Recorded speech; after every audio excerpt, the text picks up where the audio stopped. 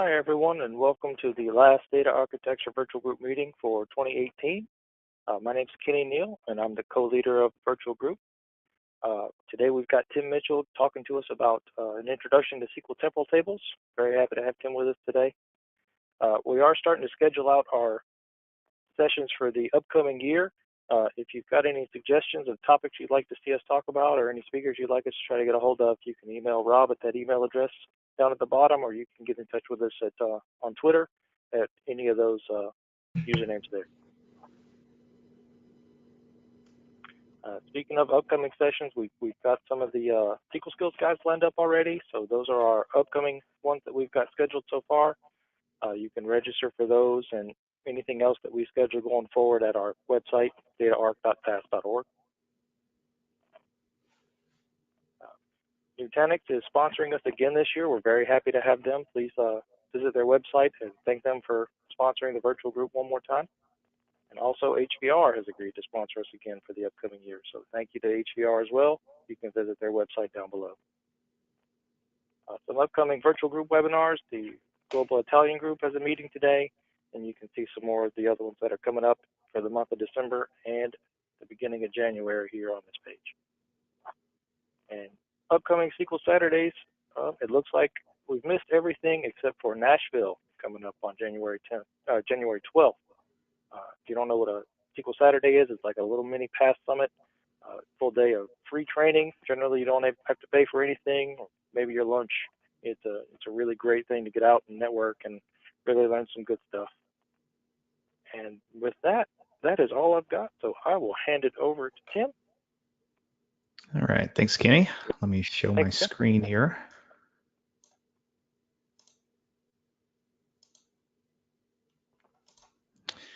All right, I want to take another opportunity to welcome everybody. I appreciate you spending your midday with us. If you're in the States anyway, if you're elsewhere in the world, this might be early morning or late night. Either way, I appreciate you hanging out with me for a little while.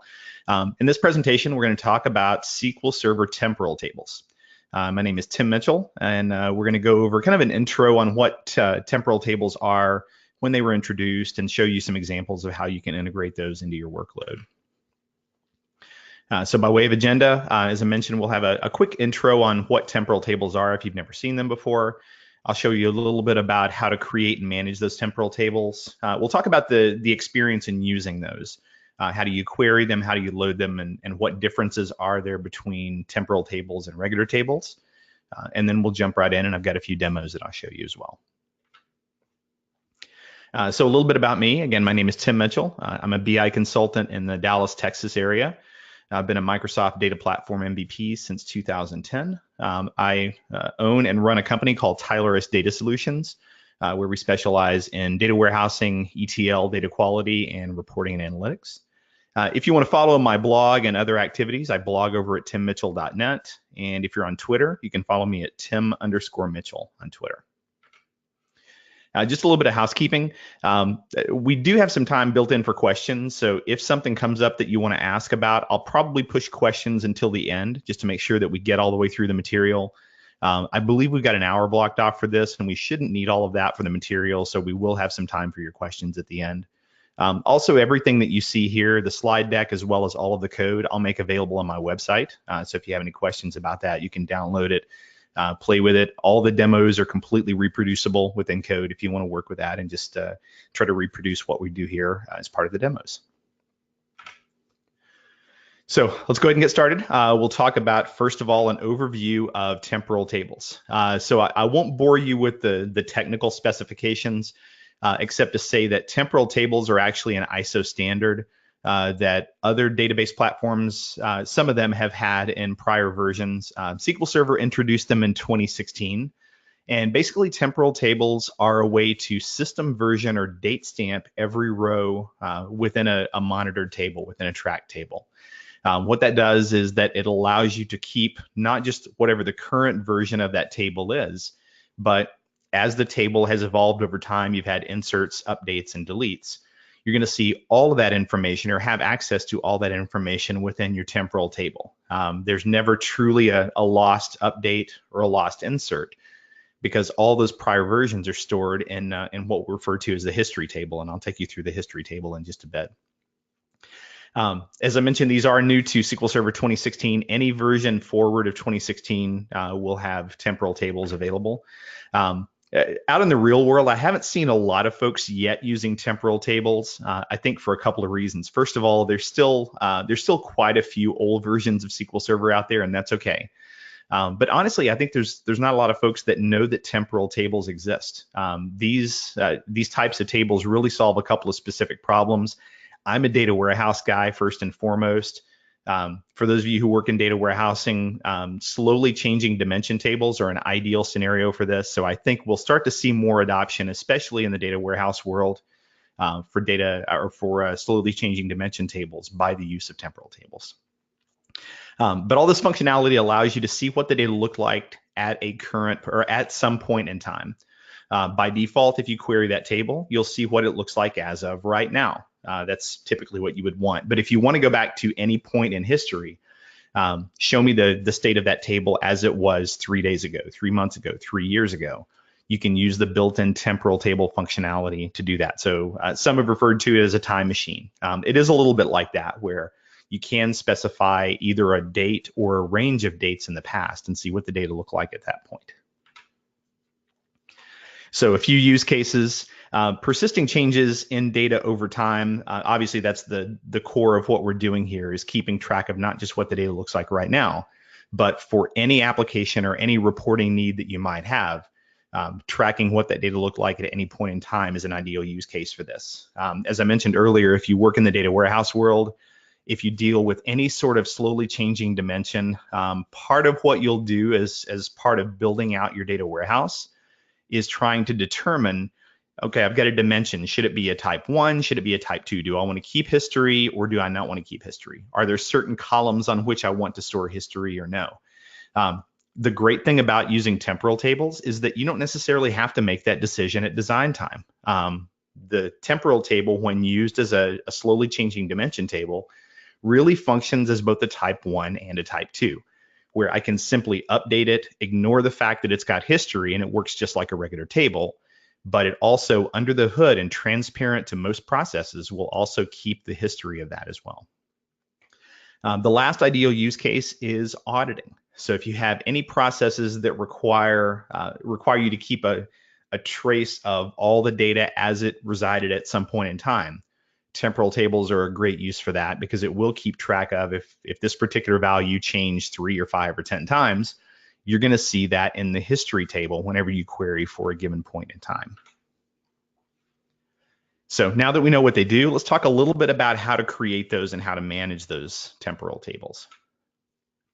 So some of the requirements I mentioned earlier, you do have to be on SQL Server 2016 or later. For the table or tables that you are going to add as a temporal table, it does have to have a primary key on it. And you do have to have 2 non-nullable columns. These will be of type datetime2, and those will define the start and end dates for those. The great news is that you don't necessarily have to expose those to the people who are going to be consuming that. What we'll normally do, and what will happen if you create this just using the built-in script, is that it creates those columns as hidden columns. I don't know when columns or when the ability to add a hidden column was introduced in SQL Server, but for this type of purpose, that's a perfect scenario, because if someone's just casually interacting with the table, they want to see what the data looks like as of right now. They don't necessarily care about history or begin date or end date. All they care about is just the underlying data. So we'll create those, and part of the script that we'll go through in just a bit, I'll show you how to do that. But those columns are what define on the row level when that row became effective, and then if it's expired, when that row was expired. So when we create these, the only downside to creating this is there is no UI to create the temporal table. Now, if you look on the right side of the screen, you'll see that in the list of tables, when you do create a temporal table, excuse me, when you do create that temporal table, you're going to see it labeled as a system version table. But whenever you're creating this, ordinarily you can go into Management Studio, you can right click on tables and select to create a new table. If you select create a new temporal table, you actually have to write, or you have to do so via script. The good news with that is when you go through the UI to do that, I'll show you how to do it in just a second. It will write most of the code for you. So even though there's no real UI to manage this thing, it does write almost all the code that you'll need for that. Most of the time, if you're going to create a temporal table, you're going to create a brand new table and assign it as a temporal table. But you don't necessarily have to do that. If you've got an existing table, you want to go ahead and modify that and add on the temporal functionality, you can do that. And once again, that's also a scripted operation and not a GUI-based operation. So anytime we create a temporal table, under the hood, it's going to create a history table. So what you'll see whenever you browse in Management Studio is you're going to see the actual table. I'm going to go back one slide. The actual table, in this case, our customers table, shows up in the list of tables. But under the hood, we're going to see another table that's the history table. This is where all of our previous updates, our previous deletes will all go whenever we supersede or we have a new version of that row. The history table is actually a physical table. It's not something that's buried where you can't see it. You can directly query that history table. So you can select star from customer's history in our case. What you'll see if you query that history table is all of the old rows. All the expired rows are those that have been superseded by some row in the physical table. You can't directly modify that history table, and that's by design, because if you allow, or if SQL Server allowed direct inserts, updates, or deletes to the history table itself, you really invalidate the whole reason behind having temporal tables. So while you will see that history table in the list of tables, you can query it, you can filter on it just like you can on a regular table. You're limited just to select operations. You can't do any data modification. I'm going to approach this topic very lightly because importing history can be, while it can be a necessary thing, it can be a little tricky as well. When you're creating your temporal table, what you'll do is either specify the name of a history table or just let SQL Server assign one with an arbitrary name. If you specify the name of an existing table and it's got the same schema as the table that you're monitoring, it will allow you to use an existing table. And if that table does have data in it, it will, for lack of a better word, it will import or use that history that's already in that table. You do have to use this cautiously, just because you're sort of bypassing the consistency that you would otherwise get in your temporal table. I don't want to steer you away from doing this, but at the same time, I want to make sure that you understand that whenever you import history like that, it's kind of taking an end around approach and stepping outside the temporal table behavior whenever you do that. So we know about the introduction. We know about kind of how to create those tables and the process behind that. Let's talk a little bit about interacting with that table, whether you're getting data from it, loading data to it. When you're loading data to a temporal table, with very few exceptions, the fact that it's a temporal table is going to be transparent to the applications working with it. If you're inserting data into that table, if you're updating data, deleting data, the application, whether it's Management Studio or some custom app that you're writing, can be blissfully unaware that that table is a temporal table. It really doesn't care that you're storing history on that table.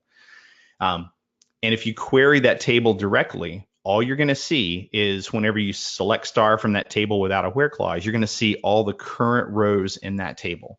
You won't see any of the history at that point.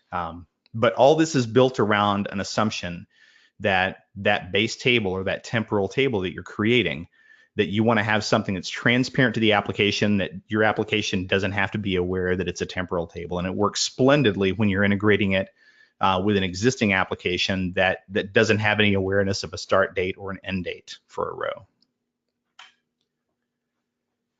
So once you've set up your temporal table, I know these are going to be a little bit hard to understand just with the funky syntax, but we'll get into it once we get to the demo.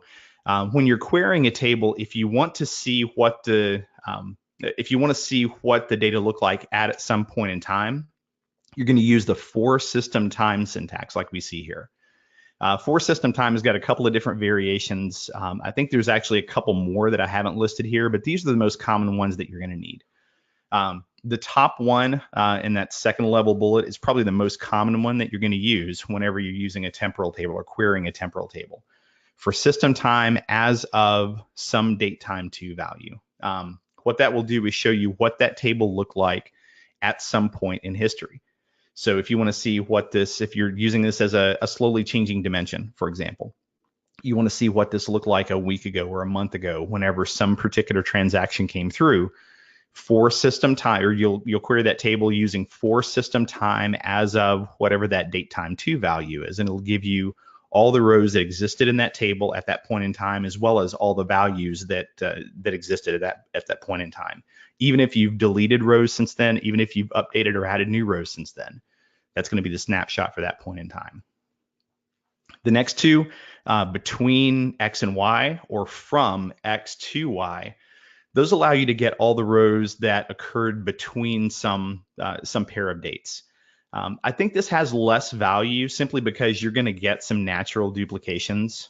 Where this might be handy is for auditing purposes. Hey, show me all the rows that were touched or loaded between 2 days ago and 1 day ago. So what happened in the last 24 hours? The difference between X and Y and from X to Y is that between is inclusive of the dates that you specify, from is exclusive of those dates. So the between works just like a between in SQL Server. Between X and Y, it'll show you the values that are literally also X and Y. If you're using from X to Y, that's exclusive of those. So from X to Y, but not including X and Y.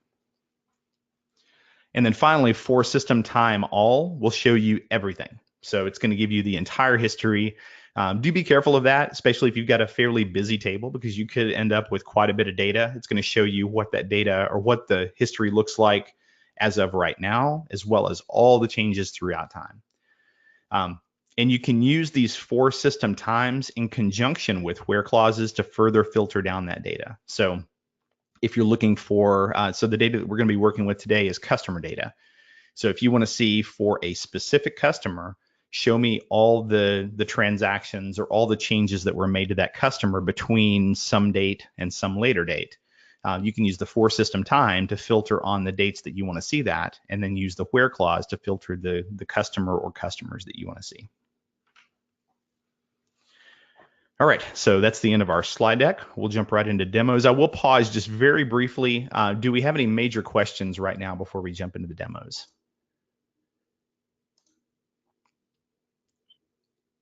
All right. Looks like we do have one in the queue. Go ahead, Kenny, if you can read that. I'm not able to expand my window for that question for some reason. Okay. Are there extensions to the UX to easily explore data answering questions like how did my record change over the past month, or some other explorative question leveraging the information in the temporal table? Oh, good question. So are there other assets within that history table showing not just when it changed, but maybe the user that changed that and so on? So it doesn't have that information built into the temporal tables. Just the name temporal implies time. So this is really, it's looking at it from a time perspective rather than an audit perspective. I mentioned auditing a little bit earlier, that this can be useful for auditing purposes. It's not, I wouldn't consider it to be a full-on data audit tool, because it will tell you what the data was before, what it's changed to, but it doesn't give you the information like who changed it, what their workstation was, what the application name was, and so on. So the short answer is no, it doesn't include that information in the temporal functionality. You could certainly add on, if you wanted to, in the application that's consuming or creating that data, add some of that information, but really that would be outside the bounds of the temporal functionality. All right, so let me run this starting script. So as I mentioned earlier, the scripts that I've got, you can create this on your system. Everything runs from end to end. So if you, as long as you've got a SQL Server 2016 installation, you can start running these scripts and see everything that we see here, including all the examples. The first thing I'll do is I'm going to drop my database and recreate it. Nothing really exciting there. I'll jump over to the next window where we're going to drop and recreate the table that we're using. Right now, if you look over to the far left side of Management Studio, I hope that's showing up okay on the screen. If I refresh my list of tables, right now I should not have any tables there because we dropped and recreated that database. I'm going to go ahead and drop and recreate my customers table. So drop customers history. This is not going to do anything yet. I'll show you why it's important to do the drop customers history in just a bit. Go ahead and create the base table. I'm going to insert some data from our favorite sample database, Wide World Importers. It's going to pull in about 600 rows of data, 663 customer records that just pulled in.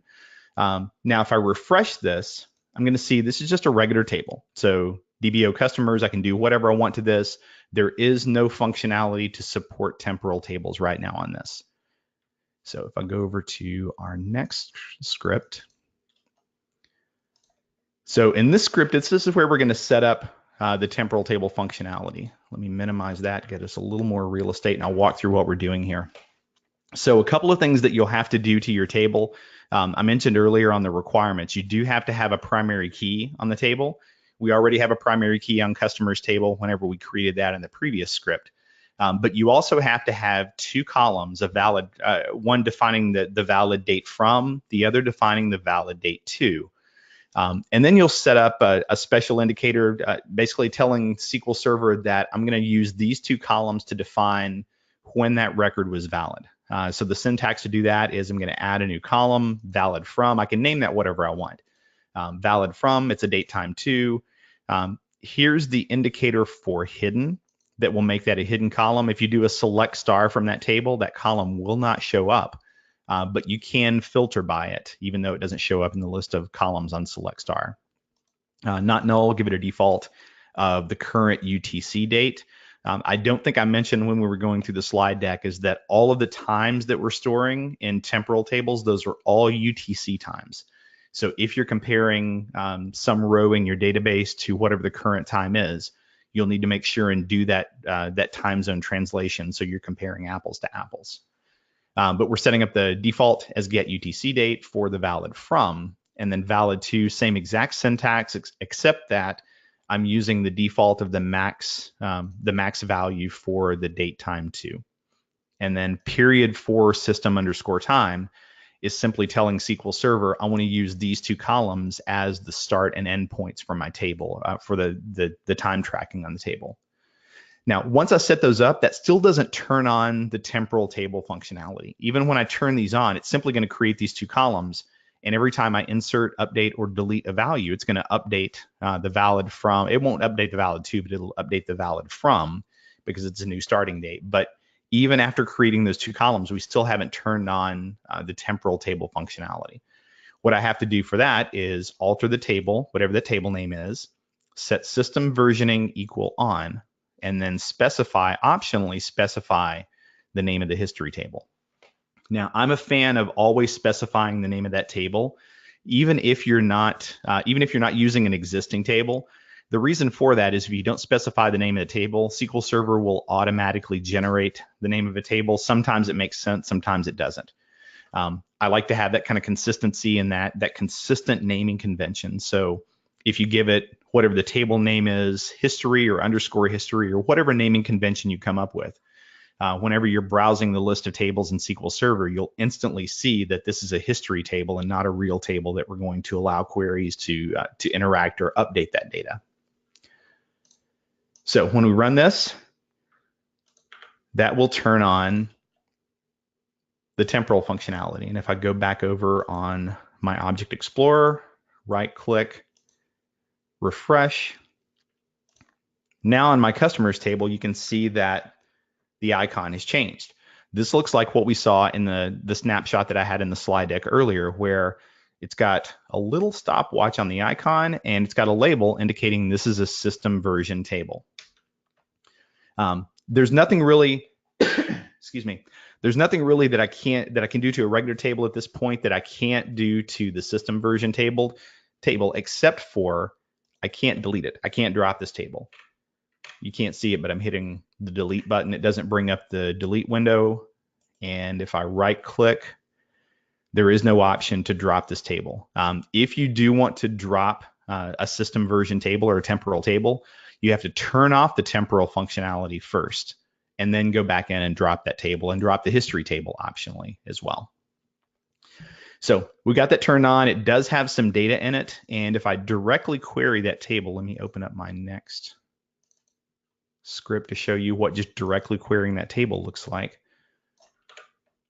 So whenever we query that, remember we have the valid from and the valid to columns defining when that record started and when the record ended. But if I look through here, those columns do not appear on here because I mark those as hidden columns. So those aren't showing up by nature or by default because I've got those set to hidden. However, I can say where valid from equals some value, or valid from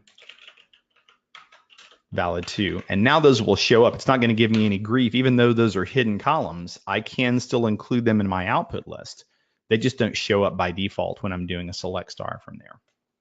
Okay. So the point of that previous query was to show that if I'm interacting with this table, I'm pulling all the rows, doing a simple select star. Maybe I'm doing a where, maybe I'm not. There's no real indication when I interact with this table from a selection perspective or from an update perspective. There's no real indication that we're dealing with a temporal table. It's completely transparent to the applications that are using it. Now, this will get me everything that's current as of right now. Let me put those columns back on there because I need one of those dates. Bear with me just a second. Okay, so querying directly from that customer's table without using any of the temporal table functionality will get me whatever the data looks like as of right now. So if I want to go back to some point in time and specify, show me what the data looked like 15 minutes ago, 15 hours ago, whatever the case may be, the way I would do that is for system time and then whatever criteria I specify. So in this case, it's going to be for system time as of a given date time or date time to value. In this case, I used the wrong data type. I think that'll still work though. Select get UTC date into a new variable called DT. Now this is going to do exactly the same thing because it's just looking at whatever the data looks like right now because I passed in the current date and time.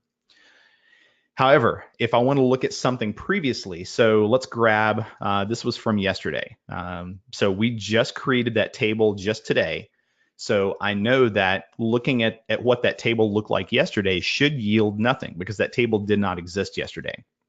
So if I change this up just a little bit, make the date time period instead of get UTC date, I'm looking at a UTC date of yesterday.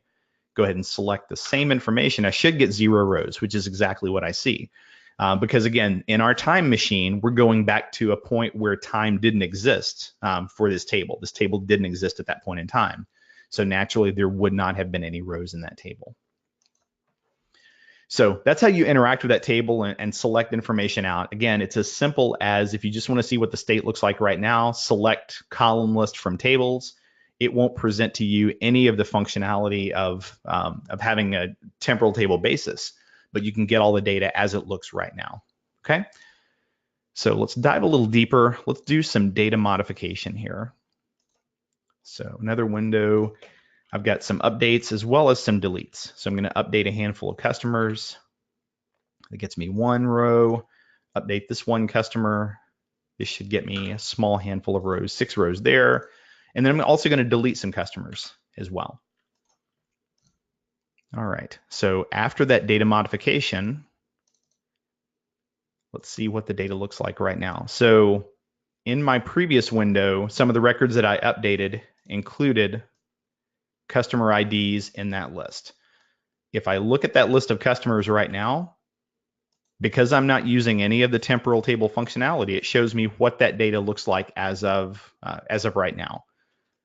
But if I select that same list of customers, I'm adding on for system time just so we can see all the changes that were made. For system time all, where customer ID in the same list of customers, where previously I had 7 rows of data here. Now if I execute that same query, now I get 15 rows of data. So it's not just showing me the data that we currently have in there. It's showing me whatever was there as of the prior time periods. And this is rolled up to everything. So if this table had been out there for several years, I'm going to have quite a few rows that are going to come back, because we're showing, for this list of customers, we're showing all the historical updates that have ever taken place. If I want to filter that down a little further and show between a specific time period, or let's not say between, let's say at a specific time period. System time as of, let's go grab a time period from just a few minutes ago. We'll say 1913. I don't think we're going to get anything back here, because that was 10 minutes ago and we've created that table in the last 10 minutes. Let's advance that by about 5 minutes. Still too fast.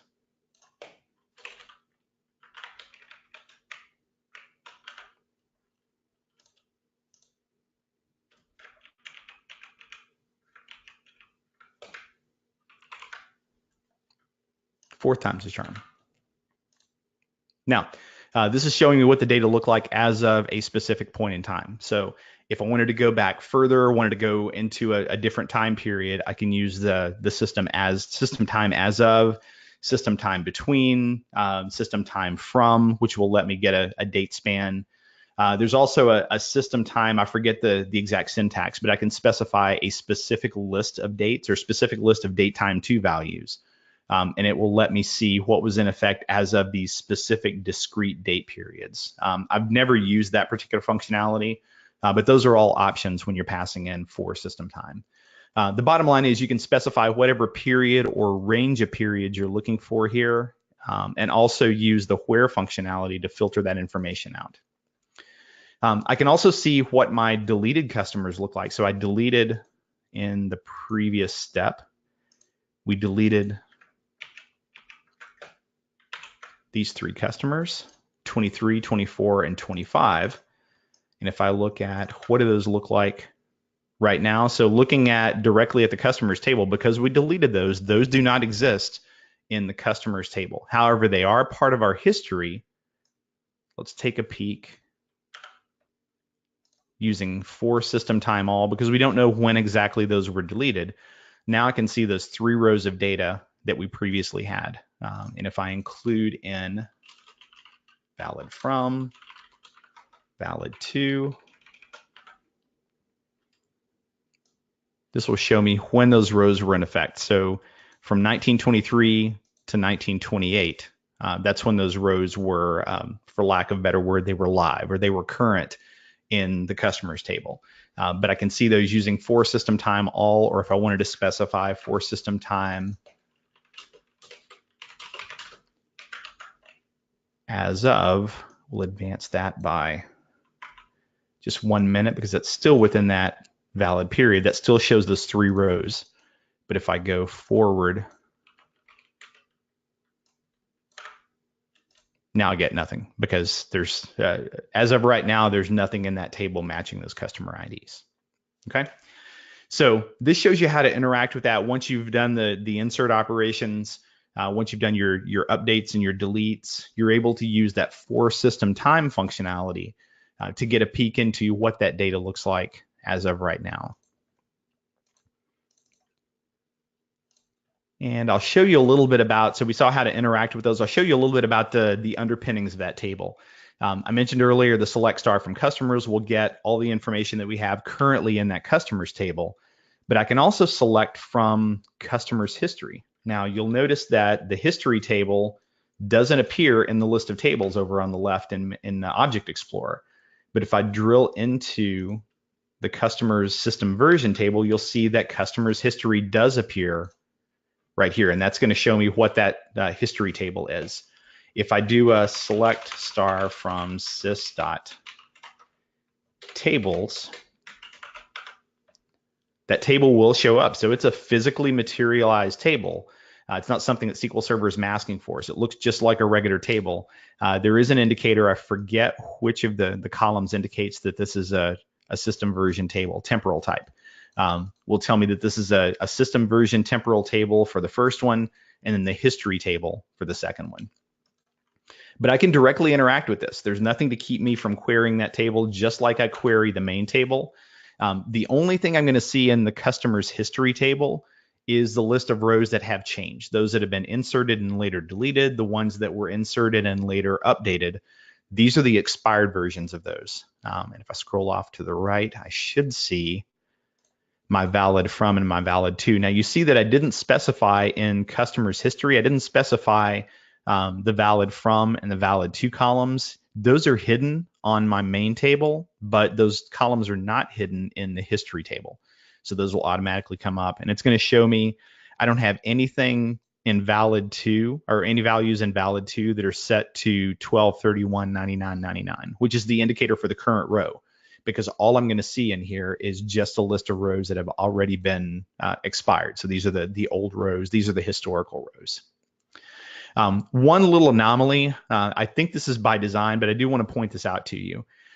Previously, we updated customers, set customer name equal to customer name, where customer ID equals 13. This isn't changing anything, okay?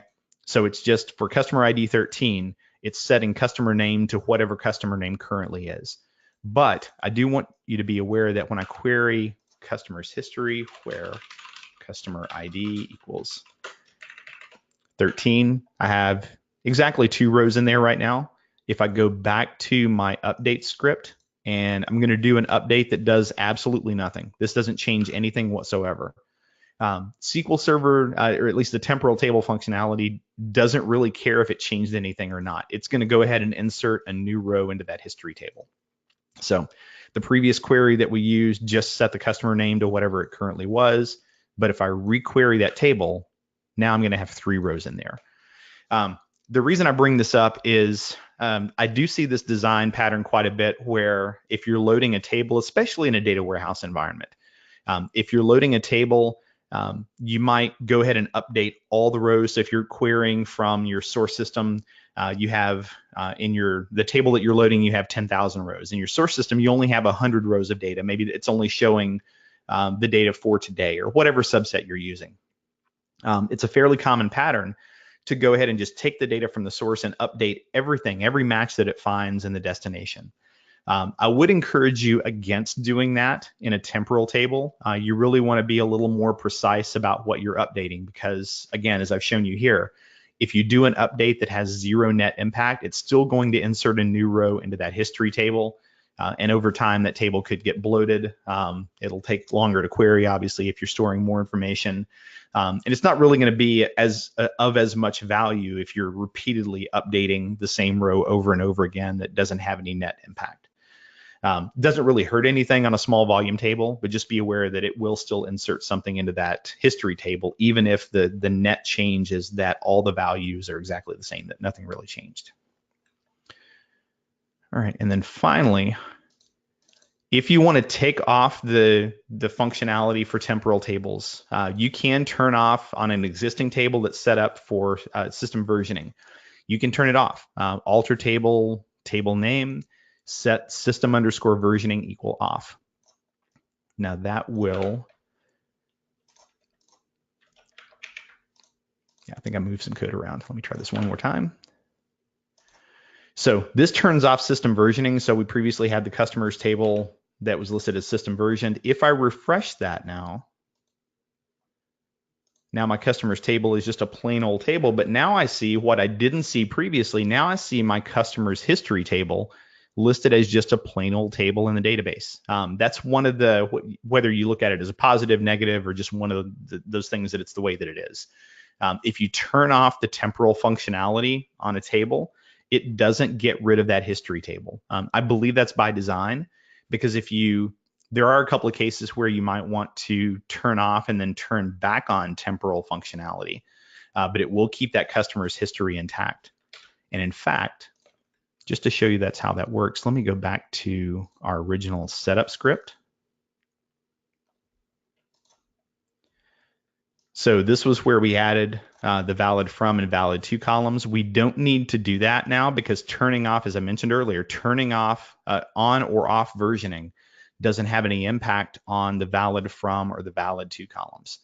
But what I can do is I can simply run the alter table statement to turn versioning back on, specify the history table, not for a new table to be created, but specify the history table for that current table.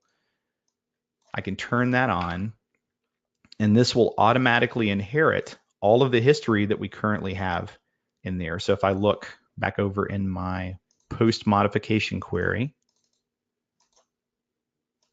so give me all the customer information for the deletes, for example. So for the deleted customers, 23, 24, 25, those are still gone.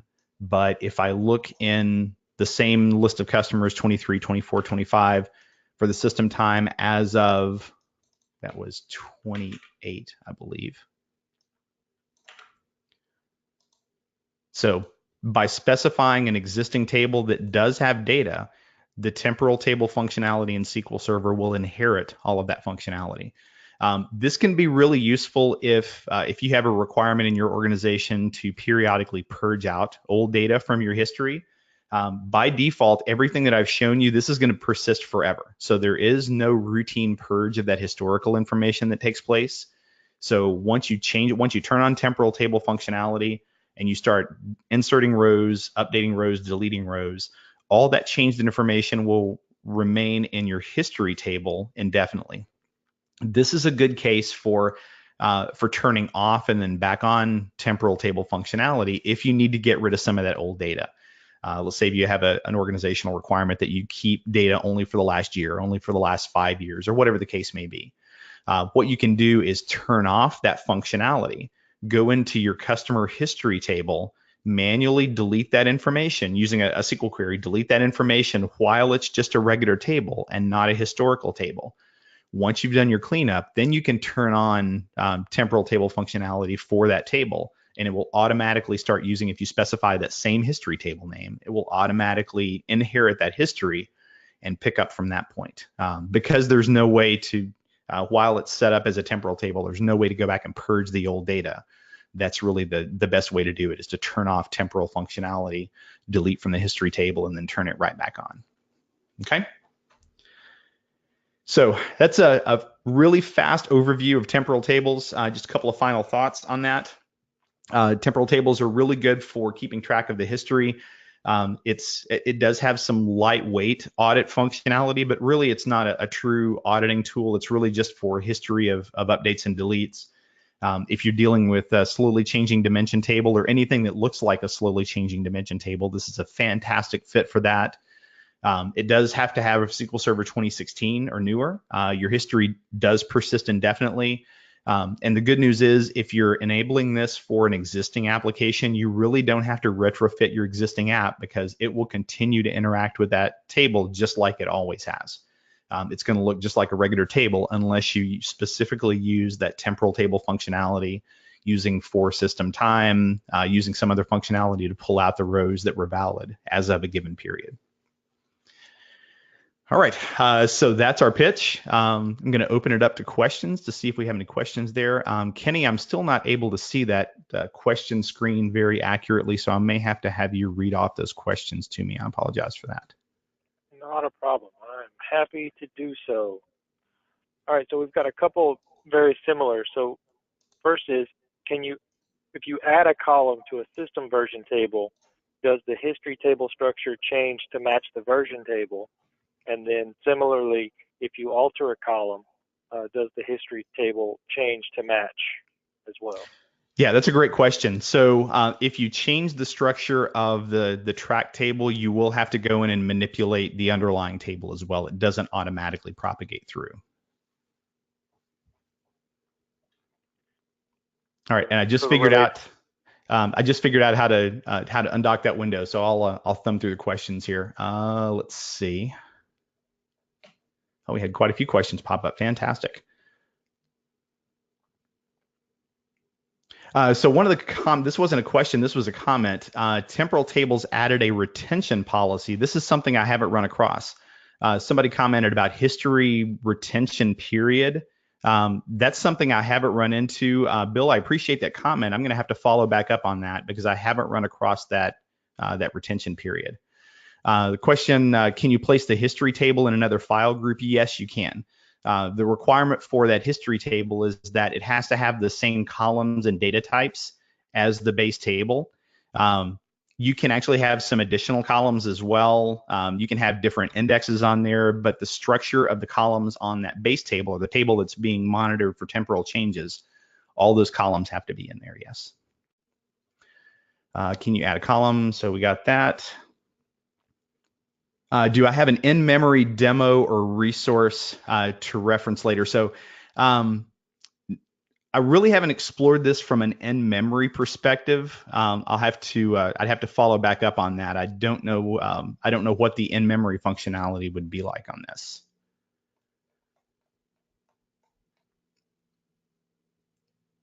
Let's see. Yeah, we had the question earlier about do we have anything to explain where that record changed from, who made the change. Right now, there's nothing built into that. Let's see, is there a parameterized procedure or PowerShell commandlet for modifying a table or group of tables to system version tables? I don't know if there's something built in for that, but with what I was showing earlier, with the code that I was showing earlier about adding the temporal functionality to an existing table, you could certainly wrap that into a PowerShell script and do that for a bulk of tables, absolutely. Can we get a copy of the scripts? You bet. Those scripts will be, Kenny, I don't know if you guys have any place to download those, but I'll definitely have them on my website if you want to download those from timmitchell.net/resources a little bit later. And I'll put it in the email when I post the recording and everything. I'll put a link to you. Perfect. In there as well. How much? This is a good question. How much impact would there be on an OLTP system? So the question is, it depends, or the answer is it depends. Keep in mind that whenever you're writing to a temporal table, there's really two operations that are taking place. Well, either one or two operations. If you're inserting a brand new record that wasn't there before, it's simply an insert into the base table. If you're either updating or deleting an existing row of data, it's touching that base, whatever that base table is, to insert the replacement record and then move that expired record over to the history table. For something that's, if you've got a fairly modest change scope where you're not changing a lot of your data, it's probably not going to be a huge impact. Yes, you are adding some, more than likely IO is going to be the chief thing that you're adding. You are going to add some amount of IO, but if your change set, the number of rows that you're touching is fairly modest, I wouldn't expect this to be a huge impact. But if you're, say, dumping the entire table and reloading it every time, or you're talking about updating millions and millions of records, then absolutely you could expect there to be some sort of impact on there. Let's see. So we answered that one. As a comment from an application developer standpoint, has Microsoft, Telerik, or some other tool created a web page viewing experiences that allows user to answer ad hoc questions about how my data has changed? Not that I'm aware of. How the data, I think that's kind of an open-ended how the data has changed. I really think that's going to be partially up to the application to define how that's changed, but just to have an application that would do that across the board, I really think it's going to be the application interacting with SQL Server rather than Telerik or Microsoft or some other vendor providing that information. All right, I think we've got all the, oh, it looks like we've got a few more that have popped up at the bottom. Yep. So Joshua also sent. Thank you, Joshua, for sending that snippet. I'll update this on the code as well because I haven't come across that retention period. There is an indicator whenever you create the table. History _ retention _ period will allow you to specify how long that data is valid or how long that data will be persisted. So I'll make sure, and before I post the code, I'll make sure and whip up a demo for that because I haven't run into that before. So thank you both for pointing that out. All right, let's see. You can create, update user data source column to the original table and can run a trigger to capture that information. Yeah, so I think this comment was related to the question earlier about how can we know not just the fact that the data did change, but quiet change in some of the details. And this person was suggesting you could do that with a trigger. Absolutely, you could do that with a trigger. Um, I've used triggers before. I'm not averse to triggers, but if I can find some other way to do it that doesn't require a trigger, I would rather have either that built into the application or something else that would avoid the trigger, especially if you're using triggers and change tracking or triggers and temporal tables. That can definitely complicate things. But I definitely appreciate the feedback on that. All right, I think we've got to the end of the questions. Any other questions that we haven't gotten to? Last call. Okay. As I mentioned, I'll wrap all this up, put this on my website. Kenny, I know you were recording it as well. I will go ahead and put in an additional demo for that retention period to make sure that we've got that called out. You can do the retention, as I mentioned earlier, and manually undo that. But if your organization has a policy where you only keep X amount of data, this would certainly be a good use for that, just turning on that retention period and just let SQL Server handle it automatically for you. Hey, Tim, we had one that came in just now, and I think it was in there before we missed it. Can you real quick compare CDC with the temporal table? Good question. So comparing CDC to temporal tables. So CDC is more of a data auditing mechanism than temporal tables are. CDC is really handy if you need to, if you want to audit when something changed, if you want to use that as a change detection mechanism on the source side of things. It works a little bit differently than temporal tables in that it's based on the transaction log. CDC is based on the transaction log, and it will read through the changes that have occurred in the transaction log since some past period. If I were looking for just a way to store history and auditing wasn't my primary goal, I'm probably going to lean toward temporal tables rather than using CDC. If auditing is the main reason I'm doing that for, then more than likely CDC is going to be a better option because in the metadata, it's got a little more information about the user, and I think it's got the session as well, if I remember correctly. But it's got a little more information from an auditing perspective. I've got one more here. What about, let's see, cases where it looks like where your ETL crosses the midnight boundary? Let's see, let me read this again. Have you found any way to deal with reporting issues related to the system timestamp being immutable? For example, if you querying a DIM for a state of the data at 12:01 midnight, you get the wrong set, say if your ETL runs at 1:15 a.m. So if you're maybe I'm not quite understanding the question, but if you're correcting for UTC and either looking at everything from a UTC timestamp perspective, or if you're converting everything to your local time and using your local time offset, I wouldn't think that you would have issues where you'd be incorrectly getting data as long as you're consistently making that conversion, either doing all your querying in UTC or down converting everything to your local offset. I wouldn't think you'd run into any issues with that. But I'd be curious if, Gail, if you want to follow up with me via email, I'd be curious if you have run into problems like that. Because as long as you're handling that in a consistent way, you really shouldn't be running into issues where you've got a delta on the time, as long as you're handling the offset consistently throughout.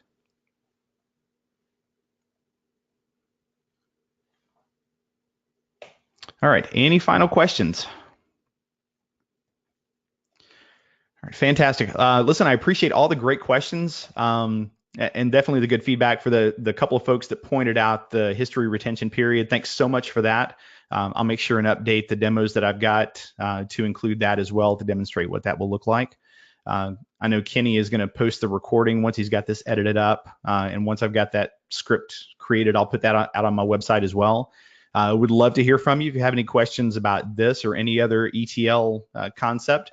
You can reach out to me via my website, timmitchell.net. Catch me on Twitter at Tim_Mitchell, or look for me at a SQL Saturday near you sometime. Awesome. Thank you very much, Tim. And thanks so much. I appreciate you having me. Oh, anytime, buddy. Thanks, everybody. We'll see you next time. Have a good one.